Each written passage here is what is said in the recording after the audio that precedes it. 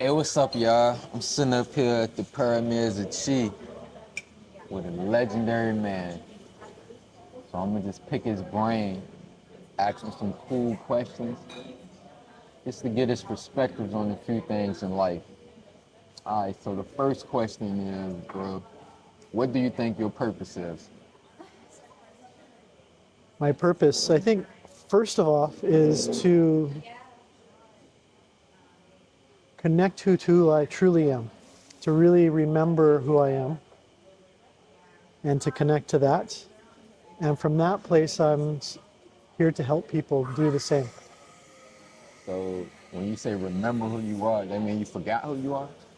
I think the deal is when we come into this earth plane, into a body, part of the deal is we forget that we're spirit beings. Uh-huh. And so it's this journey that we're on in a human form is to remember. We're here to remember certain aspects and to go through certain challenges. And as we go through those challenges, we start to fully awaken to our true magnificence. Okay, I like that.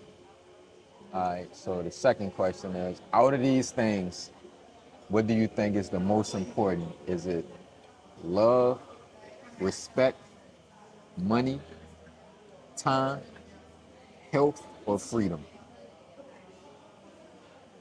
I would say respect is probably the most important because without respect, you have none of that.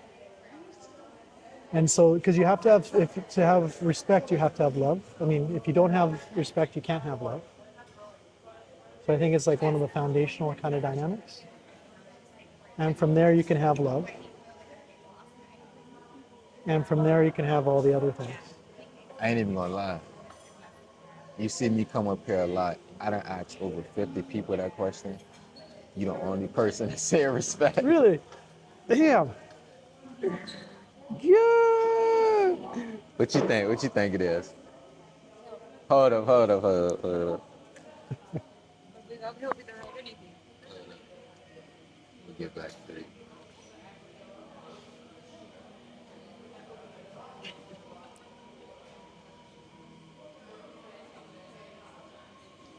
So what you say? I say health Why you say hell? because without health we don't have anything. I'll roll with that. After we can have respect and love, but love is second, or is there with health. So we need to have love also for each other. She made me think. What'd you think is second? So second, it would be, well, love. But love is such a loaded word because love has so many levels to it and layers and meanings. Because there's romantic love, there is spiritual love, there is love for this and that. Yeah. So it's. I guess it depends on what you mean by love. Because when I first think of love, it's always a romantic love. They say God is love.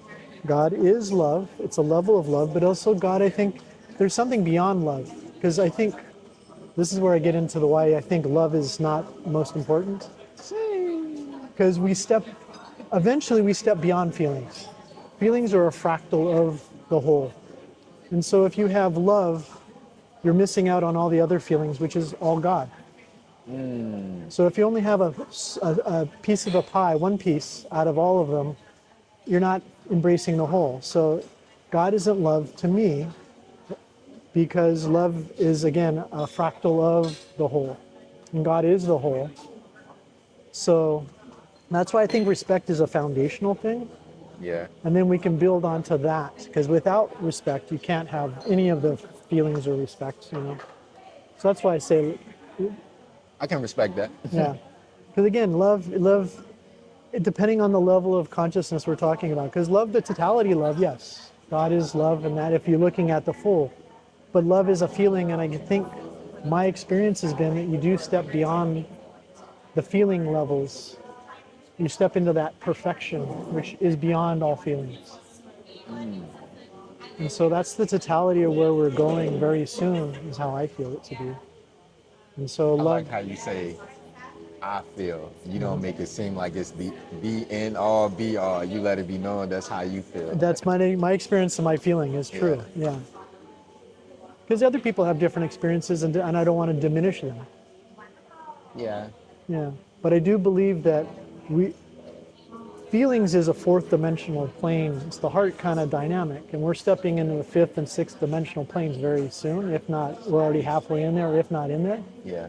And so when we truly step into a non-dual reality, you can't have feelings in a non-dual existence because feelings are a dualistic perspective. So you a logic person, basically. Logic and experiential. I've stepped into the non-dual plane for periods of time where feelings were no longer existing. I say love because I remember my second brain surgery. I had a trip scheduled to go to Mexico the very next day, but I had to get an emergency brain surgery. And I said, I'm not going through this again, being paralyzed from the neck down and all this stuff. I'd rather just go to Mexico and die on the beach or something. And my family and friends was like, no, you being selfish. Get the surgery. We need you here. So I said, I'm getting this surgery just because of y'all. Right? If it was up to me, I wouldn't do it. I'd just go to Mexico, live a dream, and die. So I said, I'm getting this surgery out of love. So now I feel like I'm living for other people. Because I had a checklist. I literally checked everything off the list I wanted to do in life. So now, all the stuff I'm doing now is icing on the cake. And then, one of my brain surgeries, I was splitting my room with a man. He was going crazy. God, take me now. I hate my life. And I ripped the curtain back. He's like, man, be quiet. Go to sleep, man. He said, you don't understand me. You get visits every day. Don't nobody come and visit me. Don't nobody love me. And I sat back and thought, I literally was in the hospital for months. And I got visits every single day. Flowers, food, gifts, except for one day because I wanted to be by myself. So I told the nurses, don't let nobody come and see me. But I was just thinking, if the people was to say, Tyrell, I don't care about Tyrell no more. I just don't care about him. I don't love him no more. I don't like him no more. I honestly feel like I will wither away and die. I feel like I need the love. I thrive. I love the love. If I don't get love, I feel like I'll wither away and die. Like, what am I here for if don't nobody love me and don't nobody care about me? So that's why I pick love. So, I hear you. I mean, I hear that, and it totally makes sense. It makes sense. Yeah. I need the love, man. People tell me I inspire them, I make them feel good. And I'm thinking like me making you feel like that is giving me gas to keep going. So Yep.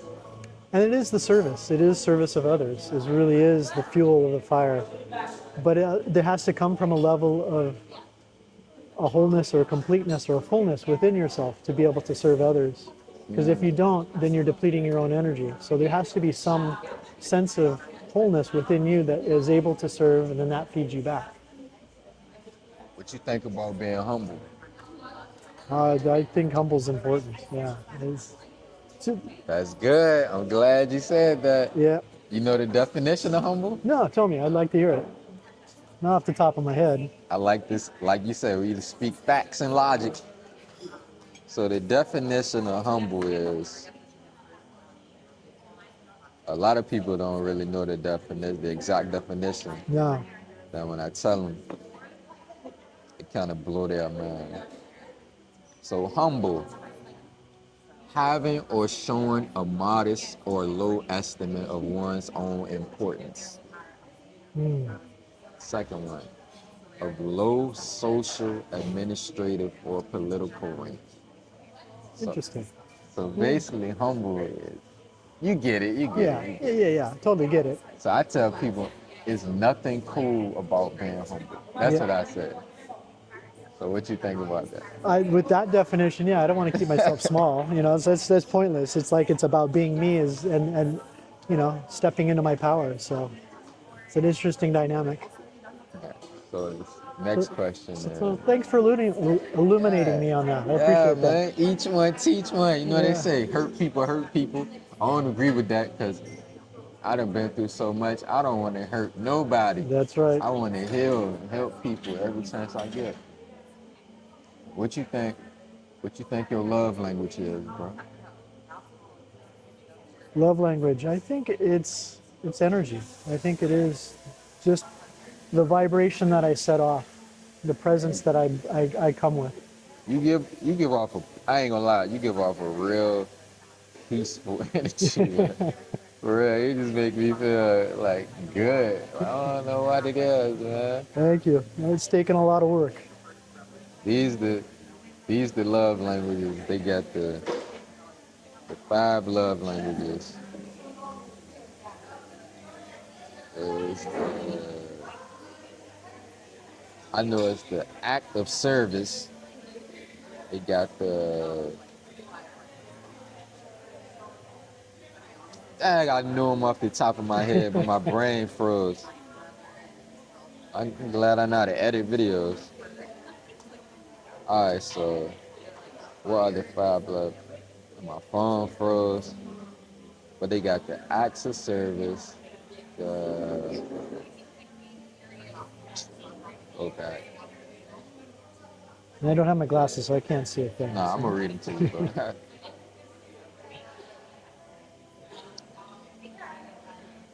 Alright, love language list. 5 love. Here we go.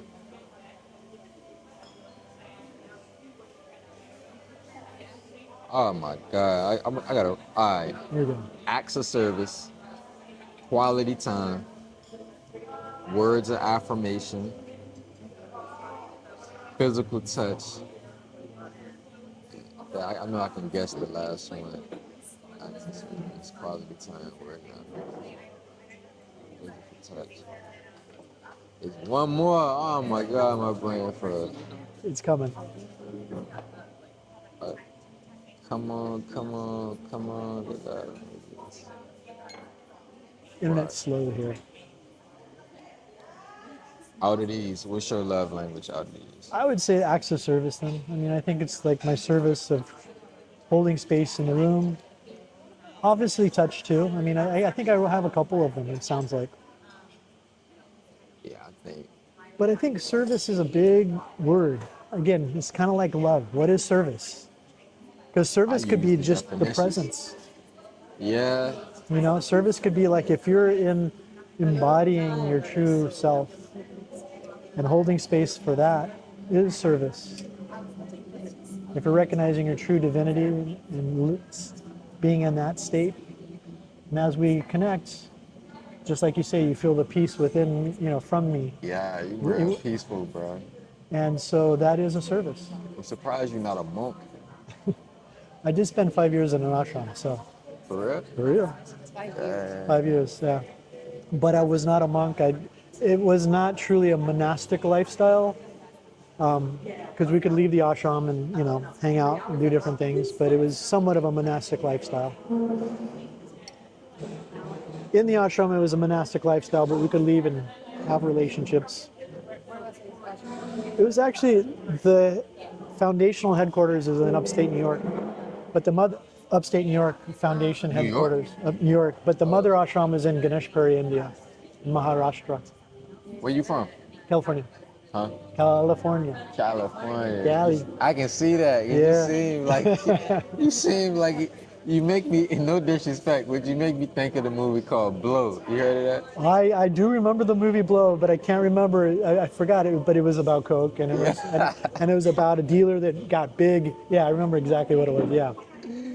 I don't know why you make me think of that movie, man.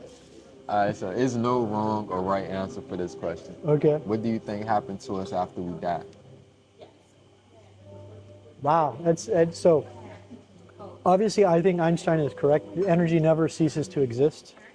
Reincarnation? So I believe in a form of reincarnation. I don't know exactly what dynamic it turns out to be. I can't say it's truly the Buddhisms, I mean, I've had off-planet people tell me about reincarnation, and theirs is different than the Buddhists, and the Hindus is different than the Buddhists, and different dynamics. But I do believe that we are ascending into higher frequencies. And so as we might even come back on the earth plane, but we're coming back at a higher frequency, higher being, because it's an evolving process. And I think that that's what it is. So I don't know if we don't have to stay on the earth. We might go to different dimensional planes, different planets, different this, different that. So you believe on different planets is different life? Yeah, absolutely. Definitely there's outer planets. Yeah, I think there is off-planet existence. Yeah.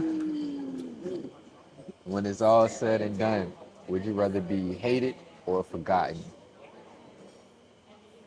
I think that's a good question. I like that. I like the question. And the first thing it comes hated, because it's like if I'm being hated, I must have done something that stood out. And that doesn't mean hated meaning a bad, because I could have done something really profound and people hate me because it's the people that are Yeah. looking to transformation that this People is. that hated Jesus. Yeah, exactly. And Jesus did a lot. Yeah, I just don't want the people to forget me. Please. Yeah. I ain't doing all this for nothing, man. I tell people, if God was to write another Bible, I want a chapter in there. That's how I live my life. I Beautiful. want my life to be so impactful that if God write another Bible, I want a chapter in there. Nice. Cause like I just told her, I feel like when you die and it still feel like you alive, that's when you made it in life. Cause if you was to die right now and they talk about you for just a week or two, I think you failed in life. But just because they don't talk about you doesn't mean that you haven't impacted people's lives. You haven't. If they forget about you, You can change people's lives and they don't even understand it. Like in the class. Like some of these people will go and they'll forget that they've done this work, but they will be a different person from this work. I like You that. can change from one word you say, you can change completely A look, a person's life. a smile. Yeah. It can be huge and they don't even recognize it. The brain, you know how the brain works, it sees so much more than the eyes. Maybe that person remembers you all their life, you know, all his life or her life. So This question always make the audience go crazy. I can imagine. So it's left field, I'm gonna warn you now. Okay. Do you think a person can be born gay? You're asking me that question. I think people are born into who they are. And everybody has their own personalities and likes. I mean, if I'm heterosexual, I like a certain woman. And so that's who I like. It doesn't mean I like all women. And so and I believe that people are born, they could be non-heterosexual because they like certain people. And I know people that like cross-gender, they're not cross-gender, but they like men and women. And so, but it's a certain type of person that they like. So, I think you can be born into something. I don't think nurture versus nature kind of thing. And I think it's a little bit of both. Yeah, I honestly don't know. So Yeah. I'm not gonna say you wrong or right. Yeah. I just want your perspective. And I'm giving my perspective. I don't know if I'm right. I'm right. This is what I feel like today. Tomorrow might be a different thing too with everything. But I done met people. The last person I asked that same question up here, I was over there. They snapped. They went off. That's the dumbest thing I ever heard. No way a person can be born like that. That's a learned behavior. They went off. Wow. But another person was like, I never in my life liked the opposite sex. I was born that way. And they shunning that person. It's like, you don't know what you like. It got crazy up here. Well, it definitely is a heated question. I'm sure she's going to be fine with this. My sister's gay. Okay. But she was born gay. She got in. She became a born again Christian. Denied her likes, and she was miserable that whole time. And she never found a person that she could hang out with and have a relationship. And then she found somebody, and she had to walk away from the level of connected. And she like would take people to Jerusalem. She was into it heavy, Jesus. and she's because she really believed it, but she would never be fully happy, and she never could find somebody. And then she found somebody, and so she had to step away from the level that she was at, and she's happy now, and they're together, and they've been together. Long And as I'm she happy. heterosexual, and I haven't. She's had a longer relationship than I have. Long as she happy, that's all. Yeah, yeah. All right, 2 more questions. What's one of your biggest fears in life? Honestly, mine is about probably not becoming fully awake. I that You freaks me seem out. awake. You say. We are awake, but fully awake, like being conscious about it. I am awake, but I'm not conscious of it. And that is my biggest fear of not fully being conscious. Wow, I'm thinking you're sorry. Like, if you're not awake, I don't know. What I am. Come on. Wow. But I understand. Like, it's, there's levels of it, and there's levels of enlightenment and all that. But yeah, thank you, and I appreciate that. But there are levels. Like, so, what's depending on how you answer this question, it's gonna be the last question. Okay, I like this. What's What's one of your biggest regrets in life? Wow. Because some people, if you say, I don't have no regrets, because if I do, I wouldn't be the person I am today, I'm going to have to ask you another question. But if you actually have, No, there are a couple of regrets I have, Okay. and there could be a very long answer to one of them. you got it. I Yeah. ain't rushing you. So, yeah, the biggest regret I have and it wasn't a regret, but there were some interactions that took place that happened, and I was living in a state of being fully awakened, and the teacher. Hold on. You said you trying to, now you, hold on. But you gotta let me finish the question. You gotta let me. You gotta let me finish this though. Sorry, So the sorry. teacher the ashram that I was living with, she actually diminished the power and turned down the frequency. And so I'm no longer in that state of equipoise, in the state beyond feelings. And so that to me has been a regret, because that state, being in the presence of other people, I could be and give them the experience. And because now I'm not in that state, I can't take them to the state, to the state that I know that there is. And I don't know if I can't put this in words yet. Let me try it again. Take your time. Yeah, yeah. So, yeah. So let me think about this, because it is a regret, and it's been an ongoing dynamic. It's been 20 years, and so it's trying to come to terms with it. I'm gonna see, do you think this is a regret for me? All right, so I was with this girl who was madly in love. See the reason why I started digging into depression and all that type mental health stuff. She kind of schooled me on that. She said, I'm her peace. Without me, she don't want to live. So I kind of got high off that thought. Like, I got her soul in my hands. That was my thought process. She said if I leave her, she would kill herself. So I said, That's heavy. That's a lot of responsibility. So I stayed with her. I was walking on eggshells to keep her happy. Long story short, we ended up parting ways. She ended up killing herself. Damn. So I was feeling real guilty for a long time. But then some people would say, you shouldn't feel guilty. she was gonna harm herself eventually anyway.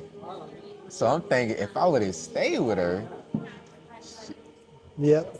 maybe she'll still, Yeah, you were hurt She would have gone that road no 100%. matter what, one way or the other. You She hurt would have yourself gone. from the beginning being with her. She wouldn't. So I couldn't have kept her alive. No, no, it's not. Nobody Yeah. can. That's Nobody why can she keep wanted to anybody keep alive. herself alive. Someone Yeah. else. Being selfish also. That's three people saying the same thing. Yeah. That, It's She didn't know impossible. how to do it. You herself. cannot be responsible for anybody. It's impossible. unless they're your kids. Not even then. You can guide them and do things, but ultimately they're going to do what they're going to do. I mean, you can try to punish them and do this and do that, but they're still going to do what they're going to do. Yeah. Person in pain, in true pain. I mean, when you say about kids and responsibility, I mean, there's also an age limit too because you're completely controlling them. But this is an adult you're talking about, so you can't be in charge of an adult. I just thought of a question. Okay. Do you believe in unconditional love? Yes, I do. Total acceptance. Now I think love got conditions on it now. And that's the thing. That's the unconditional love is a level. See, there's different levels of love. There's different levels of love. Do you That's the love dynamic. anybody unconditionally? No, but I'm learning to. Now I'm honest. Yeah. Even God, I want to be certain. I want to be a state of enlightenment. It's been people that I love so much, but it came to a point where I'm like, I can't help you, man. Yeah. I tried, but I was told that if you really love somebody, you would never stop trying. Well, the thing is loving someone is letting them be who they are. Jesus Christ. That's Dang. truly accepting them. Yeah, You can love them and encourage them to be better, but you have to accept them first because if you don't accept them for who they are, then you're judging them the entire time you're trying to love them. so that's when I consider giving up on him. No, I don't think so. But I think you have to accept them for who they are first, because if you're coming from a place that they need to change, then there's no love in there. If you love them for who they are and accept them for what they do, but then inspire them, there's a difference. Because I like that. because there's a level of hierarchy. If you say that they have to change or they're being bad or doing something wrong, that means you know something better than they do. And that may not be true. You have any kids? Nope. Dang. 'Cause, I was gonna ask people say, that's my kid. I ask people that got kids, what would make you wash your hands of your kid? Some people say, I would never do that. Yeah. But some people would say, drugs. And there's tough love, right? There is a point where they're not going to help themselves and you can't do anything about it. And no matter what you do, they're just going to keep pulling you in and drowning you. And again, it goes back to the same thing about that unconditional love. Sad world, man. Yeah.